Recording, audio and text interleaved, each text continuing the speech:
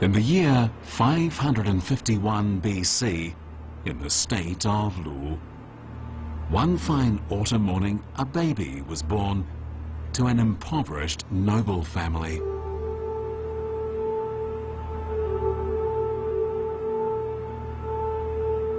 People at that time could not have imagined that this baby boy would later bring about tremendous changes in Chinese society. His name was Confucius.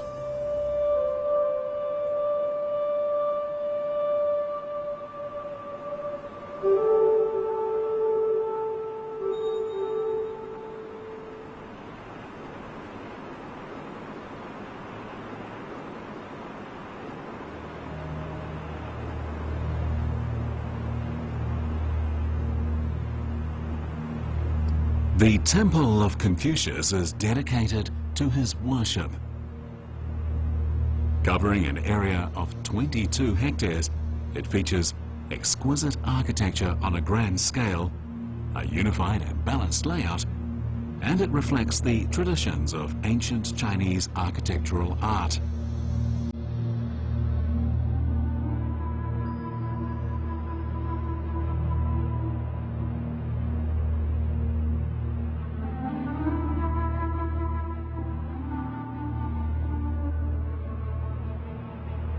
Its size and the specifications of its construction are equivalent to those of Chinese imperial architecture.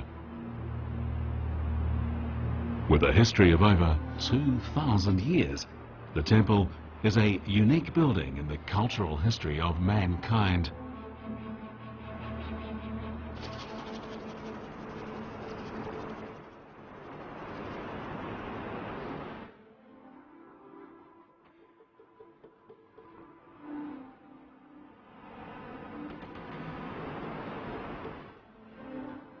The Confucius family mansion, also known as the Kung family mansion, is the official residence of the direct descendants of Confucius and the largest and most luxurious aristocratic manor remaining in China.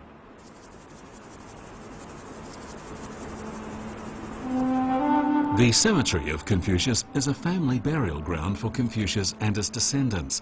Occupying an area of nearly 2 million square meters, it is the longest and largest family cemetery in the world. These three historic sites are located in the city of Qufu, Shandong province in northern China. At the beginning of the 16th century, during the Ming dynasty, the Temple of Confucius was located several miles to the east of the county seat. In order to protect the temple from local bandits, the people moved the county seat eastward, and they rebuilt Qufu with the temple at its center. The move took a decade. It served not only to defend the temple, but also the cemetery of Confucius and the Confucius family mansion. Spanning 2,500 years of historical change, what forces have been brought to bear to support the development of the temple and cemetery of Confucius and the Confucius family mansion?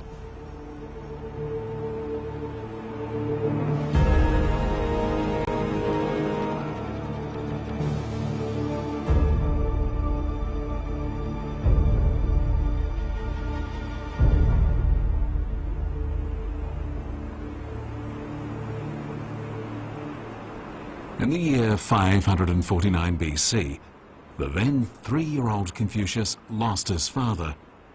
His family was ruined. His mother took him to the capital Qufu, and they lived on a small lane.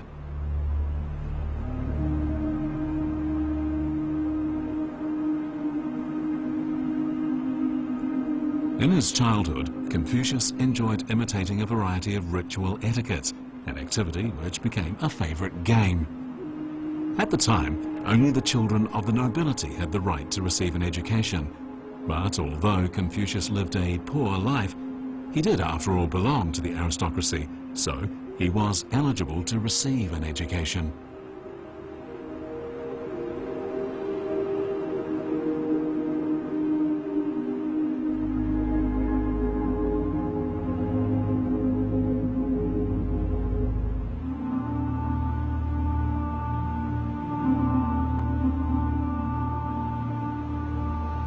Due to the poverty of the family and the social unrest of the period in which he lived, Confucius always acutely felt the hardships of life and the suffering of the people.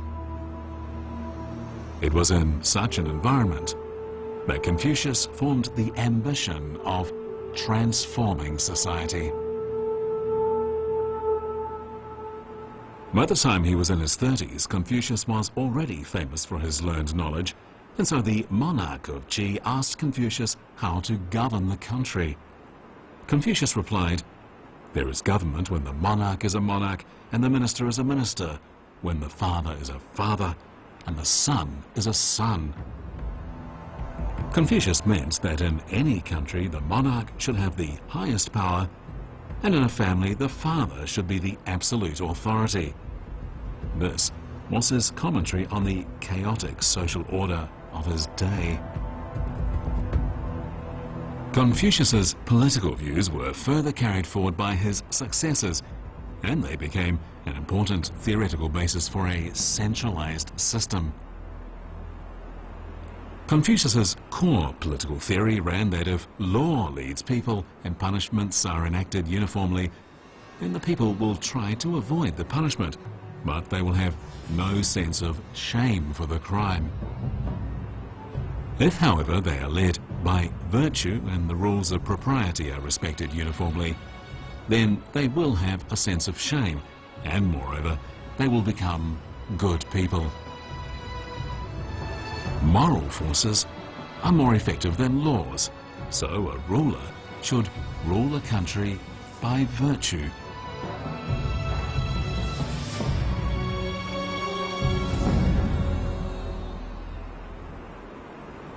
In the eyes of Confucius, social relationships consist of 5 kinds of ethics: between ruler and minister, father and son, husband and wife, brothers, and friends.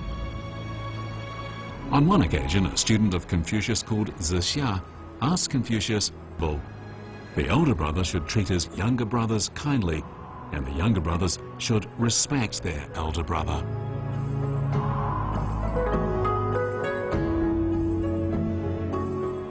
Friends should be honest, and they should sincerely advise of each other's faults.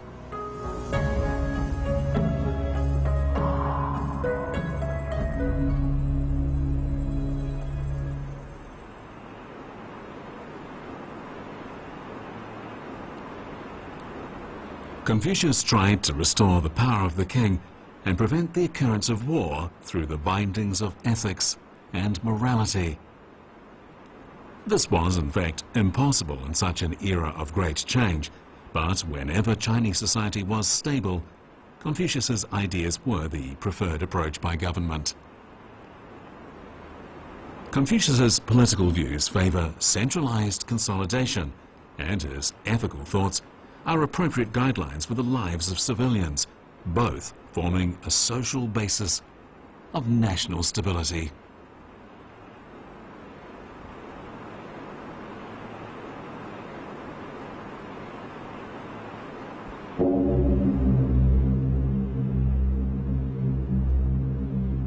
This is the outer gate of the Temple of Confucius, also known as Yangsheng Gate.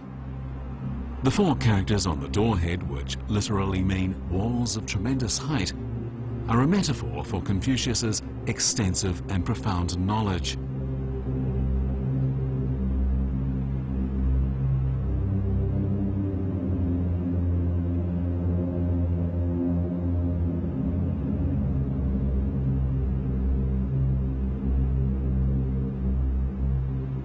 The main body of the Temple of Confucius is on a north-south central axis more than 1 kilometer long. It is composed of 54 gates, 466 rooms, and 9 courtyards.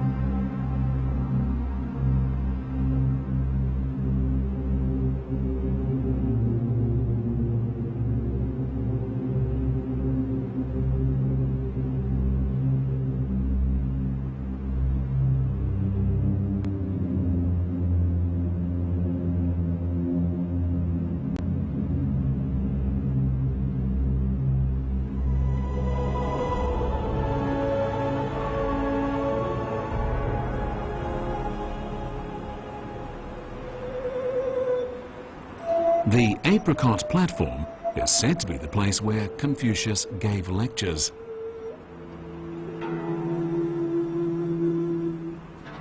The Apricot Platform was founded in the 11th century.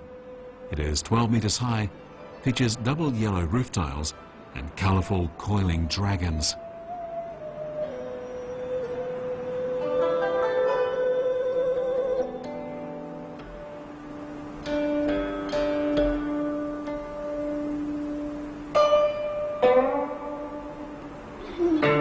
The simple but elegant stone incense burner in front of the Apricot Platform is from the Jin dynasty. The tendrils of smoke drifting from the incense burner recall the scene of Confucius as a teacher some 2,000 years ago.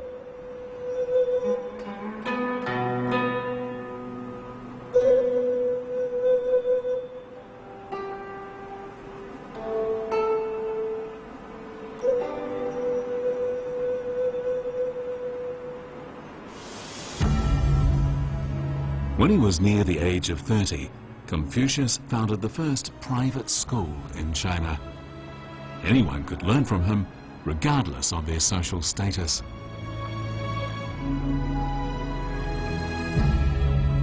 Confucius created a precedent for civilian education in Chinese history.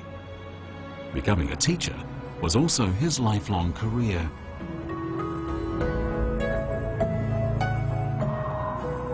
Legend holds that the classes of Confucius were peaceful and lively. In the eyes of his students, Confucius was mild-mannered but demanding, dignified but temperate, and always solemn and serene. Legend says that in his lifetime, Confucius taught more than 3,000 students, 72 of whom became famous.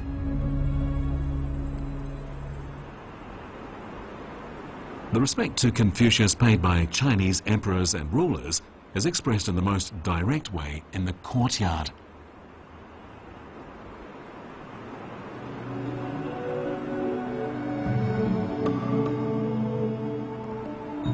The 13 steely pavilions were built one after another over a period of 557 years, from 1191 to 1748. The site stores 533 steles established in the Tang, Song, Jin, Yuan, Ming and Qing dynasties, as well as the Republic of China. They're basically inscribed with texts worshipping Confucius. Each stele is housed in a square wooden structure. The stone stablet stands on a turtle-like monster called a Bi-Xi, the son of the dragon in Chinese mythology, good at bearing a heavy load. Only a stone tablet built by an emperor can stand on a Bi-Xi.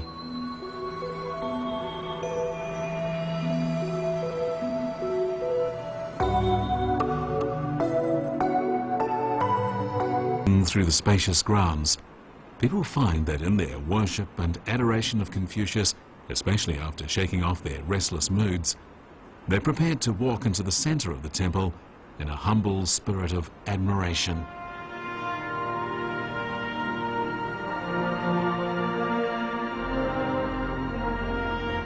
On its platform with double stone fences, this magnificent hall towers into the sky.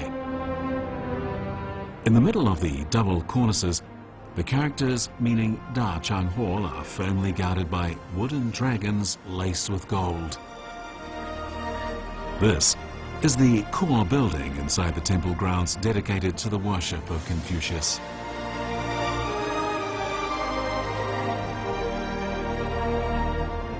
Dacheng Hall is 32 meters high and 54 meters long from east to west. The sanctuary is 34 meters deep, and it was built in the Song dynasty during the 11th century. Dacheng Hall features sharp color contrasts and a solemn and gorgeous style. It is indeed a truly superb example of ancient Chinese architectural art. The most outstanding features of Dacheng Hall are the 10 round pillars under its eaves. They were carved by the masons of Huizhou and Hui province over a period of 20 years during the Ming dynasty. Each pillar at nearly 6 meters high is carved with 2 dragons, one facing upwards and one downwards, and each playing with a fireball in a sea of clouds. The design is executed in accordance with the ancient technique of deep reliefs.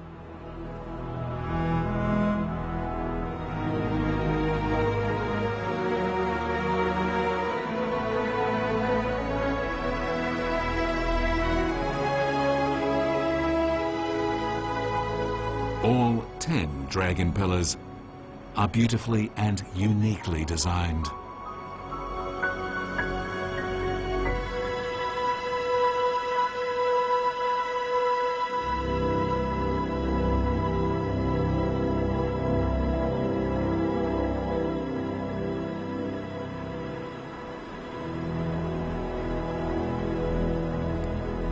The rooms on both sides of Dacheng Hall are up to 100 meters long, with the 2 red corridors adding to the magnificence of the place.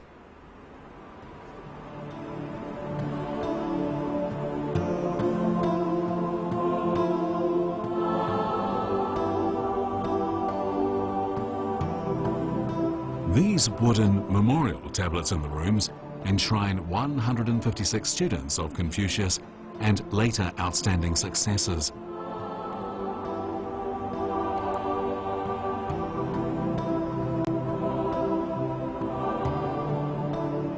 In the middle of Dacheng Hall is the statue of Confucius. Confucius vividly manifests a righteous image with a solemn expression, accepting homage from sentient beings. Thus, Confucius, after being respected continuously for 2,000 years, is considered similar to a saint.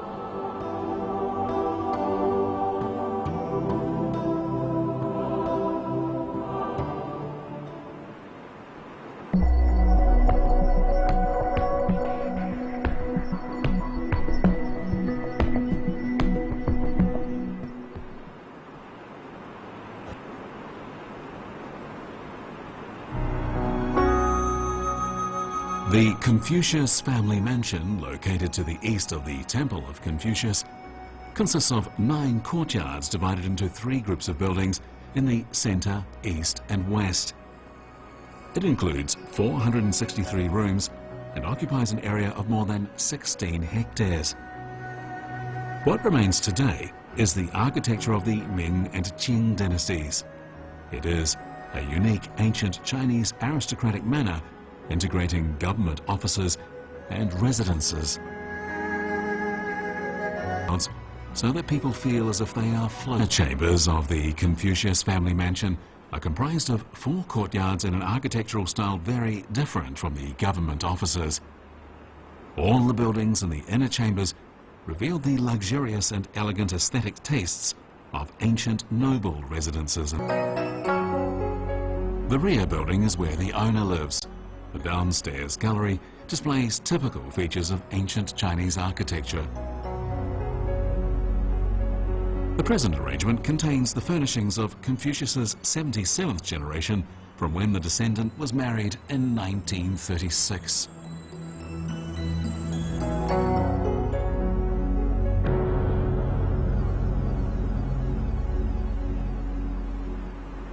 The Temple of Confucius and the Confucius family mansion reflect the architectural styles of nearly 1,000 years of Chinese history. The buildings generally used wood in their overall framework and various forms of brackets to support the structure. The courtyard-style layout focuses on symmetry. The Temple of Confucius and the Confucius family mansion are just a manifestation of a spatial approach which emphasizes attention to the overall shape and layout. They not only serve as buildings, but also represent the ideals of all things living in harmony, according to Confucian. In years, the cemetery of Confucius, after much expansion and renovation during the succession of the dynasties, has grown to occupy a total area of 2 square kilometers, much larger than today's Chufu. In the cemetery of Confucius, there are more than 40,000 trees of various kinds. Legend has it that after Confucius died, his students brought seeds from many rare species of tree from far and wide and then planted them in the cemetery.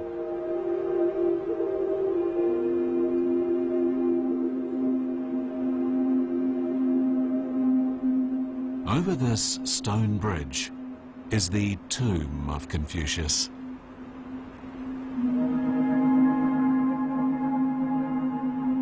First, we see a high gate.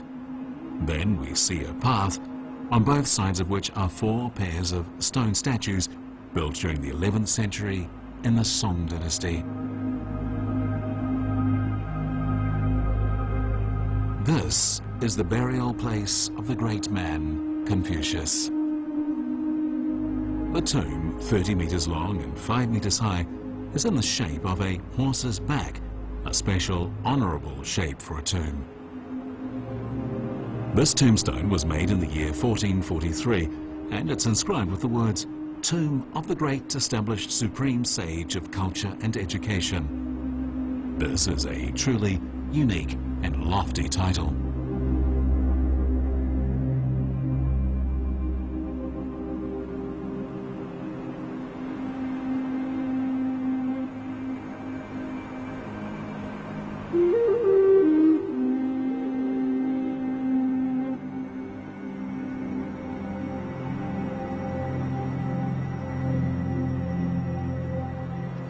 Also in the cemetery of Confucius are more than 3,000 ancient stone tablets that have recorded the ups and downs of the Confucius family over thousands of years.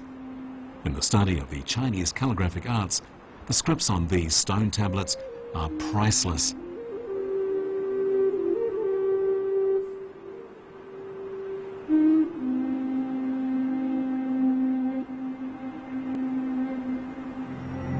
The cemetery of Confucius is the world's largest, longest and best preserved family cemetery. Over a period of more than 2,000 years, more than 100,000 descendants of Confucius have been buried here.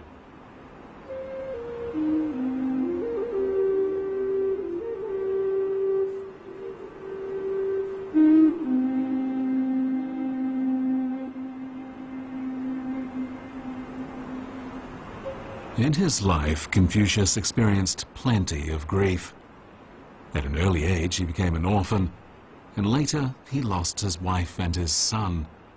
In his old age, he even lost his favorite pupil.